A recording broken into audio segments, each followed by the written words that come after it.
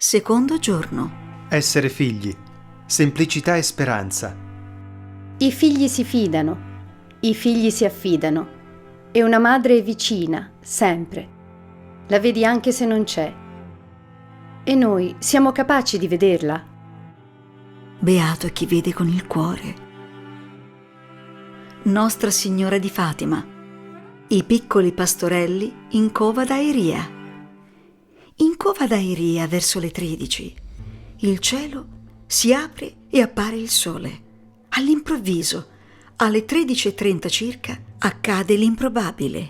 Davanti a una folla stupefatta avviene il miracolo più spettacolare, più grandioso e più incredibile mai avvenuto dai tempi biblici. Il sole inizia una danza frenetica e spaventosa che durerà più di 10 minuti. Un tempo lunghissimo. 3 piccoli pastorelli, semplici e felici, assistono e diffondono il miracolo che sconvolge milioni di persone. Nessuno se lo spiega, dagli scienziati agli uomini di fede. Eppure 3 bambini hanno visto Maria, hanno ascoltato il suo messaggio. E loro ci credono. Credono alle parole di quella donna che si è mostrata e ha chiesto loro di tornare in Cova di Iria ogni 13 del mese. Non hanno bisogno di spiegazioni, perché nelle ripetute parole di Maria ripongono tutta la loro speranza.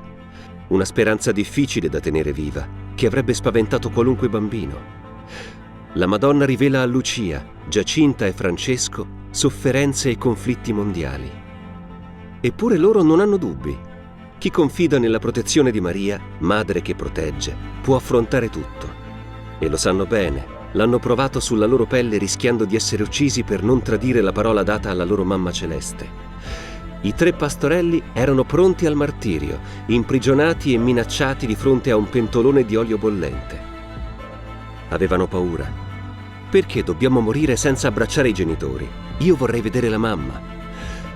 Eppure decisero di sperare ancora, credendo in un amore più grande di loro.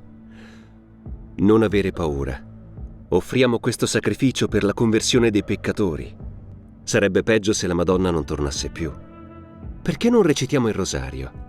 Una madre non è mai sorda al grido dei figli. E in lei i figli ripongono speranza. Maria, madre che protegge, è rimasta accanto ai suoi 3 figli di Fatima e li ha salvati facendoli rimanere vivi. E oggi protegge ancora tutti i suoi figli nel mondo che vanno in pellegrinaggio al santuario di Nostra Signora di Fatima. Maria, madre che protegge. Tu, che ti prendi cura dell'umanità dal momento dell'Annunciazione, sei rimasta accanto ai tuoi figli più semplici e pieni di speranza. A loro ti sei avvicinata. A loro ti sei manifestata. Poni la tua speranza in Maria. Lei saprà proteggerti.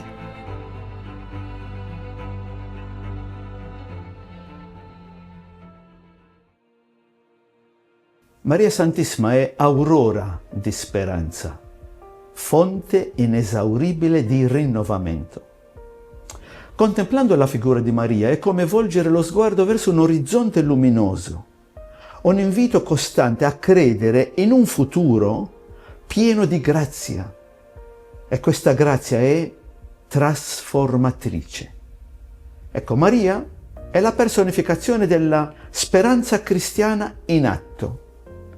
La sua fede incrollabile di fronte alle prove, la sua perseveranza nel seguire Gesù fino alla croce, la sua attesa fiduciosa nella risurrezione, sono per noi un faro di speranza per l'umanità intera.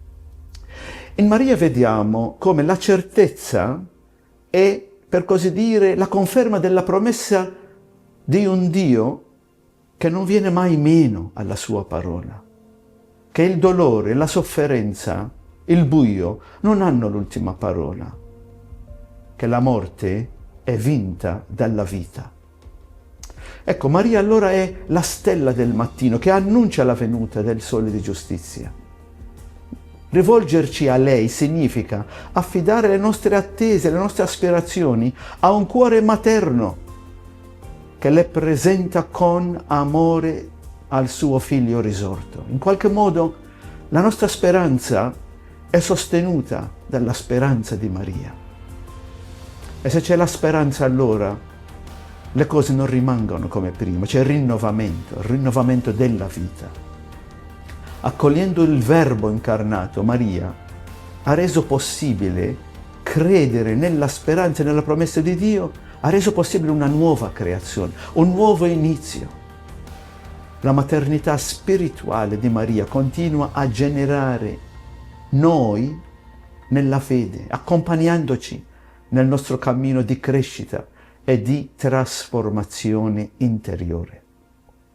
Chiediamo a Maria Santissima le grazie necessarie perché questa speranza che noi vediamo compiuta in lei possa rinnovare il nostro cuore, guarire le nostre ferite, farci passare al di là del velo della negatività, per intraprendere un cammino di santità, un cammino di vicinanza a Dio.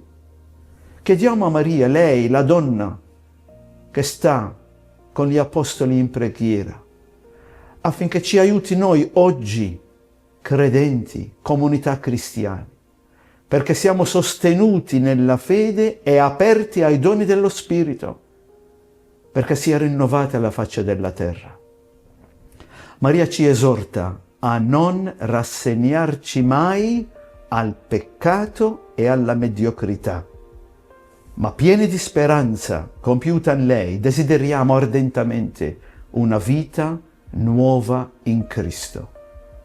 Che Maria continui a essere per noi modello e sostegno, per continuare a credere sempre nella possibilità di un nuovo inizio, di una rinascita interiore che ci conformi sempre di più all'immagine del suo Figlio Gesù. E noi siamo capaci di sperare in lei e farci proteggere con gli occhi di un bambino? Cecilia e ho 11 anni. Mi chiamo Cecilia e ho 13 anni. Mi chiamo Vittoria e ho 11 anni. Mi chiamo Cristian e ho 11 anni. Mi chiamo Emanuele e ho 13 anni.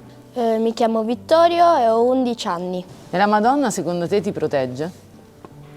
Penso di sì e spero di sì. Ti senti protetta dalla tua mamma? Sì, molto, quando sto con lei.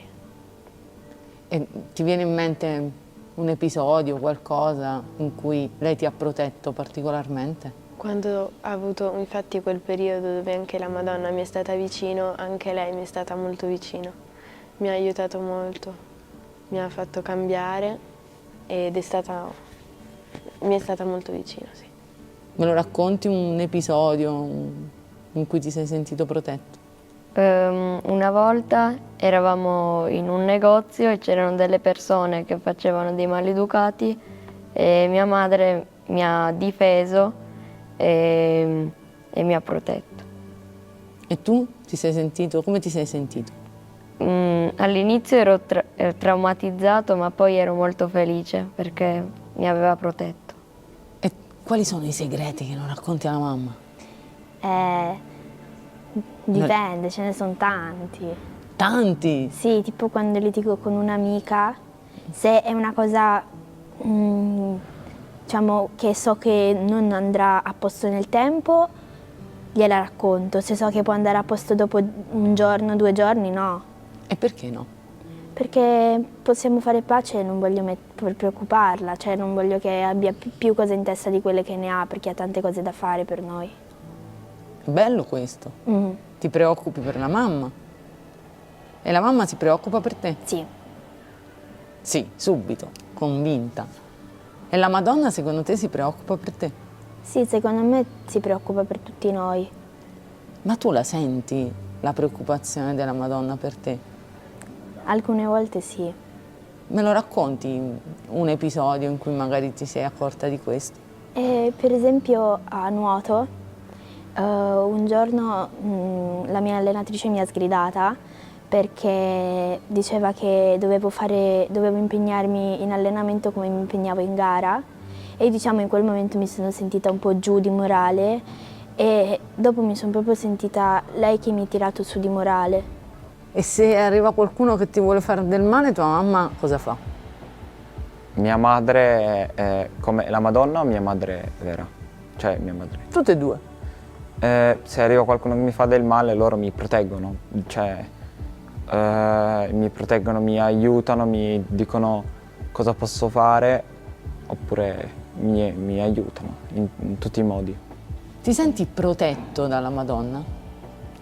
Sì, perché soprattutto appunto durante la preghierina le chiedo se mi può proteggere durante la notte, di fare una notte tranquilla, non insonne. E dormi sereno poi a quel punto? Sì, poi non mi è mai capitato di essere insonne da quando ho iniziato, di avere notti insonni. Vedi che bello? E dalla tua mamma ti senti protetto?